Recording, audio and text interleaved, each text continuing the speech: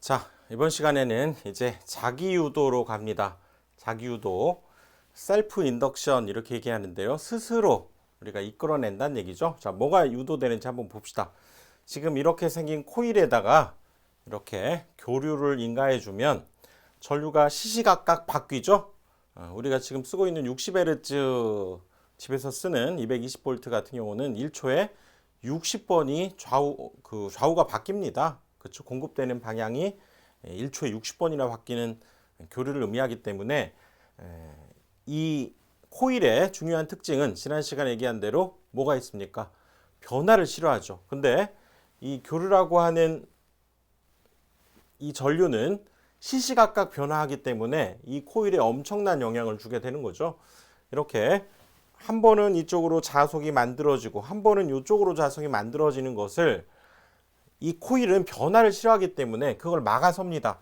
이렇게 생기는 건 막고 또 사라진 건 스스로 만들어내고 이런 과정을 복잡하게 이렇게 교류가 해내는 거죠. 교류가 할 때 이 코일이 바로 해냅니다. 자, 이거에 대한 역시 자세한 설명은 전기 기능사 다른 강의 목록을 보시면 역시 그 강의 목록에 조금 더 자세하게 되어 있습니다. 여기에서는 좀 엑기스 중심으로 하기로 했기 때문에 핵심적인 내용들만 보고 가는데 혹시 조금 더 자세한 걸 알고 싶으신 분들은 그 강의 목록에서 이 자기유도를 보시면 됩니다. 자, 그래서 이런 변화를 싫어하다 보니까 오히려 더 큰 변화를 만들어내죠. 이게 코일의 아주 중요한 특성이 되고요. 이런 성질 때문에 여기에 어떤 전류가 흐르게 되면 얘가 그것의 변화를 방해하는 만큼의 역기전력이 만들어진다는 거죠. 반대로 흐르는 전류가 만들어집니다. 즉 자속이 생기면 그걸 밀어내려고 하고 또 나가버리면 스스로 만들어버리는 그런 역할을 하게 되면서 이 코일 자체가 우리가 코일 자체에 이런 자속의 변화가 만들어진다는 건 뭡니까? 이는 마이너스 n 우리가 델타 파이 델타 t 이렇게 표현했었죠. 자속이 변화하는 만큼의 기전력이 생깁니다. 그래서 그만큼 기전력이 만들어지게 된다는 거죠. 그래서 역기전력이 만들어지게 됩니다. 이거에 공급되는 교류에 대응되는 역기전력에 의한 전류가 만들어져서 즉 교류의 경우에는 항상 전력값이 변화하죠. 코일에 흐르면 코일의 흐름을 방해하는 유도기전력이 역시 이 코일에서 발생하게 되는데 그런 성질 때문에 이제 나중에 또 배우게 되지만 리액턴스라고 하는 전류의 흐름을 방해하는 성분이 이제 코일에서 생기게 됩니다. 직류에서는 우리 직류 전원에서는 전류의 흐름을 방해하는 게 뭐밖에 없었습니까? 저항밖에 없었죠. 저항. 그런데 이렇게 교류에서는 저항뿐만 아니라 이런 리액턴스라고 하는 전류를 방해하는 성분이 이런 이유 때문에 직류에는 없었던 성분인데 교류에는 이런 리액턴스 성분이 있게 되고 이때 이 코일에 의한 그 전류를 방해하는 성분을 우리가 유도성 리액턴스라고 하고 XL 이렇게 표기합니다. 이건 차후에 다시 나오니까요. 우선 여기에서는 코일 때문에 전류의 흐름을 방해하는 성분이 이런 변화를 싫어하는 자기유도에 의해서 얘가 만들어지는구나 라고 하는 걸 알 수가 있고 또 그런 이유 때문에 전압을 공급하게 되면 전류가 늦게 흐르게 됩니다. 이 공급되는 전압에 비해서 이 파란색이 전류에 해당되는데요. 전압에 비해서 전류가 더 늦게 출현해서 이걸 우리가 위상차라고 하는데 이런 위상차가 발생하게 됩니다. 그래서 지상전류 우리가 지각할 때 그 지자를 씁니다. 늦을지. 그래서 상이 늦다라고 하는 의미로 이 코일에서는 지상전류가 발생합니다. 이런 자기유도라고 하는 성질 때문에 리액턴스와 지상전류가 발생하는 그런 이유가 된다는 거죠. 자, 그래서 여기에서는 이제 코일에서 이런 성질들 리액턴스와 지상 전류가 발생하는데 이제 또 우리 자기 인덕턴스라고 하는 자기 유도 개수는 이제 숫자를 의미하게 되는 거죠. 상수. 자기 유도가 일어나는 개수에 대해서 이제 한번 알아봅니다. L로 표기를 해요. L로 앞으로 이제 L로 표기하는데 자, 봅시다. 여기 이런 혈심에다가 한 번 감았어요. 한 번 감아서 이렇게 전류를 흘려주게 되면 당연히 여기에도 뭐 한 번 감았으니까 적은 자석이 흐르겠죠. 흐르긴 흐르겠지. 그럴 때 전류를 공급해 주면 자석이 만들어지는데 우리가 수학적으로 이 둘을 같다라고 쓰면 될까요? 안 될까요? 다르죠. 얘와 얘는 다르죠. 전류를 공급해서 자석이 만들어진 건데 둘을 그냥 같다라고 할 수 없죠. 그러면 전류에 의해서 자석이 만들어지는 그걸 연결해주는 뭔가가 필요한데 그것이 바로 이렇게 L로 표기하고 자기유도 계수라고 하는 자기 인덕턴스 또는 자체 인덕턴스라고도 합니다. 자기 인덕턴스 또는 자체 인덕턴스 이렇게도 얘기해요. 스스로. 그래서 전류에 의해서 자석이 만들어지는데 그 만들어지는 과정을 이 자체 인덕턴스, 자기 인덕턴스가 일종의 중개 역할을 하는 어떤 상수가 된다. 이렇게 생각을 하셔야 됩니다. 그래서 L에 관해서 풀어주게 되면 I가 밑으로 가니까 I분의 파이 이렇게 되겠죠. 그리고 자석은 단위가 웨버고 이때 자기 인덕턴스 단위는 헨리가 됩니다. 헨리라고 있죠. 헨리. 자, 이번에는 여러 번 감았습니다. 여러 번 감아서 여기 역시 전류 I를 흐르게 되면 그렇죠. 이 감은 만큼 자석이 늘어나겠죠. n번 감았다고 하면 이때 n파이의 자석이 만들어지게 되고 자, I를 흘렸는데 여기서 n파이가 만들어졌다. 이거 역시 얘를 중개해주는 여기 자기 인덕턴스 L이 곱해져야 됩니다. 그래서 사실상 이것이 일반적인 식이기 때문에 이 식을 여러분들 기억하셔야 돼요. 그래서 이걸 외우실 때 어떻게 외우냐면 어렸을 때 이렇게 여러분들 코일 감아서 전자석 만들어서 막 가지고 놀아보셨죠? 그래서 이런 것들을 우리가 놀이로 생각해야 됩니다. 공부라고 생각하지 말고 놀이로 생각합시다. 놀이놀이.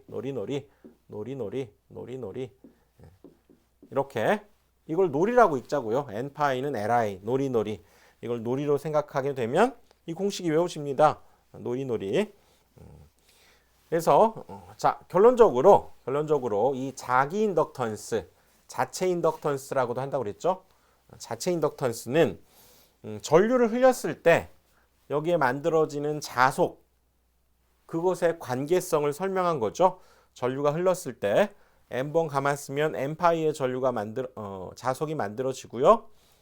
그걸 연결해주는 계수, 이걸 우리가 자기 인덕턴스 또는 자체 인덕턴스 이렇게 얘기하고 외울 때 어떻게 외우자고요? 놀이로 생각하자. 놀이놀이 이렇게 기억하고 여기에서 L은 그러면 I를 분모로 보내주면 되니까 I분의 n파이 단위는 역시 헨리가 됩니다. 이걸 우리가 자기 인덕턴스 또는 자체 인덕턴스 이렇게 한다는 거죠. 그래서 전류 I에 비례해서 발생하는 자속에 의해서 유도되는 기전력의 크기를 결정하는 비례계수란 얘기죠. 비례계수. 그래서 여기 보시면 다시 이걸 놀이로 꼭 기억하셔서 그때 L은 I분의 n파이라고 하는 사실을 기억하셔야 됩니다. 그래서 이걸 다시 한번 정리를 한번 해보면 우리 앞에서 자, 여기에서 우리 자속을 만들어내는 기본적인 힘을 기자력이라고 한다고 그랬죠. 그래서 전류를 흘려야만 기자력이 만들어지기 때문에 전류와 권수가 바로 그 기자력이 된다고 그랬고, 그리고 그 기자력은 여기에 흐르는 자속과 또 자속을 막는 자기저항에 의해서 이건 자기회로에서의 옴의 법칙이었죠. 알파이 이렇게 만들어집니다. 그래서 이제 이걸 변형한 식을 적절히 대입해서 자, 우리 자기저항 이런 것들을 적절히 대입해서 정리한 식이 결국은 어떤 식이 나오냐면 이 과정은 생략하겠습니다. 최종적으로 이 자기 인덕턴스, 자체 인덕턴스는 자, 이 최종적으로 요 식은 기억을 해줘야 되는데요. 길이, 얘가 투자율, 얘가 단면적이죠. 넓이, 그리고 권수, 감은 횟수의 제곱 이렇게 해서 자기 인덕턴스가 결정이 됩니다. 길이, 여기 투자율, 넓이, n제곱 이렇게 해서 그래서 이 자기 인덕턴스는 권수의 제곱에 비례한다. 이것도 여러분들 시험에 잘 나오니까요. 꼭 기억을 해두시고. 그래서 우리 자, 이 식은 어떤 거와 우리 같이 외워야 되냐면 앞에서 우리 저항, 그 다음에 콘덴서, 커패시턴스라고도 했죠. 저항, 정전 용량, 커패시턴스, 인덕턴스 이것들을 우리가 이렇게 공부를 해왔습니다. 즉 저항은 ohm의 법칙에 의해서 I분의 V, 정전 용량이죠. 커패시턴스는 V분의 Q, 즉 Q는 CV. 요것도 여러분들 꼭 외워야 된다고 그랬죠. 지금 이거는 했던 거 지금 다시 공부해 보고 있는 거고요. 얘는 뭘 이용해서 외워야 된다고요? 노리노리 생각해 보면 노리노리 이걸 생각해 보면 그때 L은 I분의 N파이 이 식이 만들어진 거고, 또 저항 기억나십니까? 저항, 고유 저항의 단면적 그리고 분자에는 길이에 해당됐었고, 그때 그 C는 역시 유전율에 여기가 L분의 A가 됐죠. 여기 그때 그 간격에는 반비례하고 콘덴서의 그 금속 면적에는 비례했기 때문에 요 식 우리가 다 배웠던 겁니다. 인덕턴스도 이제 같은 원리로 방금 했던 L분의 LA N제곱이라고 하는 요 식을 이용해서 여러분들 기억하시되, 특히 여기 권수의 제곱에 비례해서 인덕턴스가 만들어진다라고 하는 거 기억을 하셔야 됩니다. 요 식. 그래서 지금 이거 다 외운 거고요. 지금 이번 강의에서는 여기 자체 인덕턴스 노리노리와 L분의 뮤A N제곱 이거 유도하는 과정은 복잡하고 중요하지 않습니다. 그래서 요거는 이렇게 공식으로 기억을 해두시고, 즉 이 표를 여러분들 기억하시는 거 중요합니다. 이 표를 좀 기억을 해두시고요. 그 다음에 이제 상호 인덕턴스가 나오는데, 지금 여기에서는 상호 서로 연관되어 있는 인덕턴스를 의미하고 L과는 다르게 이제 M이라고 써야 되겠죠. 그래서 상호니까 이건 두 개가 필요합니다. 두 개가. 즉 이쪽에서 공급되는 전류 I1, 그때의 기전력 E1, 여기에서 가문 횟수 N1, 여기에서 가문 횟수 N2, 또 이때의 기전력 E2, 즉 여기에다 전류를 공급하면 어떻게 될까요? 여기에 자속이 생기고 이쪽으로도 자속이 당연히 흐르겠죠. 그래서 이쪽으로 흐르는 이제 자속은 여기가 1차, 2차라고 하면 1에 의해서 이쪽에 흐르는 자속이다. 그래서 phi to 1 이렇게 쓴 겁니다. 1에 의해서 2에 흐르는 자속. 그거에 의해서 이제 여기에서 다시 기전력이 만들어져서 전류가 흐르게 되는 이런 걸 우리가 상호 유도 작용이라고 합니다. 얘와 얘 사이에 상호 유도 작용이 만들어지게 되는 거죠. 그래서 한쪽 코일의 전류가 변화할 때 다른 쪽 코일에도 유도 기전력이 이렇게 발생하는 것을 우리가 상호 유도 작용이다 이렇게 얘기하고요. 그 상호 유도 작용이 발생하는 정도를 상호 인덕턴스다 이렇게 얘기하고 흡사합니다. 앞에서 우리 자체 인덕턴스 또는 자기 인덕턴스 Li, N파이, 노리노리 이렇게 생각해서 외웠었죠. 그래서 L은 I분의 N파이 이런 관계였는데, 최종적으로 여기에서 상호 인덕턴스는 이거하고 많이 흡사합니다만 이거는 자체 인덕턴스여서 자기 거와 자기 거 전류, 자기 거 자속이었다면, 여기는 1번의 전류에 의한 2번에서의 자속과 권수를 의미합니다. 상호 관계를 의미하는 거죠. 이거 이렇게 기억해 주시면 됩니다. 또는 2에 흐르는 전류에 의해서 여기에 흐르는 전류에 의해서 이쪽에서 만들어지는 자속, 그래서 N1, phi1이 되는 거죠. 그러니까 2에 의해서 1에 만들어지는 거고 여기는 1에 의해서 2에 만들어지는 그런 관계를 의미하게 되니까 상당히 흡사하긴 합니다. 자, 그래서 이 상호 인덕턴스는 1차 코일과 2차 코일이 어느 정도 결합되어져 있는가를 나타내는 이제 결합 계수를 얘기하게 되는데요. 일반적으로 여기에서 이 자속이 밖으로 새는 게 없이 그대로 다 전달이 된다고 하면 이쪽에서의 자기 인덕턴스를 L1, 이쪽에서의 자기 인덕턴스를 L2라고 하면 둘이 곱해서 루트 씌워주면 그 값이 상호 인덕턴스라는 거예요. 근데 문제는 여기에 자속을 발생시켜서 이렇게 흘렸는데 완전히 다 이쪽으로 가는 것이 아니라 밖으로 새는 자속이 있을 수 있다는 거죠. 이건 누설 자속이 없을 때 이 식을 쓰게 되고, 누설 자속이 있을 때에는 어떤 그 비율만큼을 곱해야 된다 그 얘기죠. 누설 자속이 있을 때는. 그래서 만약에 누설 자속이 10% 있었다. 그러면 K 값은 0.9를 쓰고요. 누설 자속이 20%가 있었다라고 하면 뭐 K를 0.8을 쓰면 됩니다. 그렇게 값에다가 넣어주면, 즉 자기 인덕턴스 두 값이 주어지면 이 공식에 의해서 상호 인덕턴스를 구할 수 있다는 얘기죠. 또 얘를 분모로 내려보내면 K에 관해서 이렇게 정리할 수 있겠죠. 이렇게 얘기하면 결국 결합계수도 저 식에 의해서 구할 수 있게 된다 그 얘기입니다. 자, 지금 여기 이 자기 인덕턴스와 상호 인덕턴스 내용이 처음에는 상당히 어렵게 느껴집니다. 이거 너무 심각하게 생각하지 마시고요. 부드럽게 처음엔 넘어가시고 나중에 두 번, 세 번 반복해 보시면 충분히 이해가 됩니다. 자, 10% 누설이 있을 때는 0.9 이해 가시죠? 20% 누설 자속이 있으면 0.8. 미결합이라는 얘기는 다 누설돼 버린다 그 얘기죠. 그때는 K 값이 0이 된다. 이런 의미를 갖습니다. 자, 그 다음에 코일의 접속. 자, 코일의 접속은